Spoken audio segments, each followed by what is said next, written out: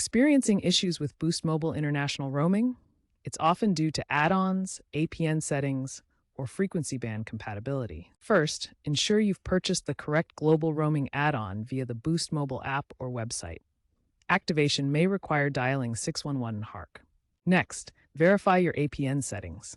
The default Boost Mobile APN may not work internationally. You might need to switch to internet.tmobile or a country-specific APN. Android users can find this under cellular data options. iOS users follow a similar path. Finally, confirm your phone supports the necessary LTE 5G frequency bands for your destination. Use an app like LTE Discovery to check band support.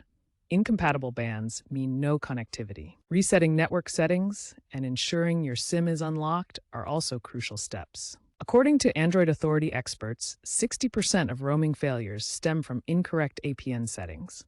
If these steps don't work, contact Boost Mobile support. If basic troubleshooting fails, consider these advanced fixes. Manually select the correct frequency band via your phone's hidden menu, like SNAF 4636 on Android. This helps when voice works but data doesn't. Ensure your phone's firmware is up to date, as updates often include APN auto-configuration fixes. Boost Mobile has faced lawsuits over undisclosed roaming fees, so check your billing carefully for discrepancies and request a refund if overcharged. Looking ahead, trends show increased eSIM adoption for easier APN and band optimization. Boost Mobile plans to leverage T-Mobile's 5G standalone networks for faster roaming in more countries. AI-driven troubleshooting in the Boost app is also expected. However, geopolitical tensions could impact access to certain markets.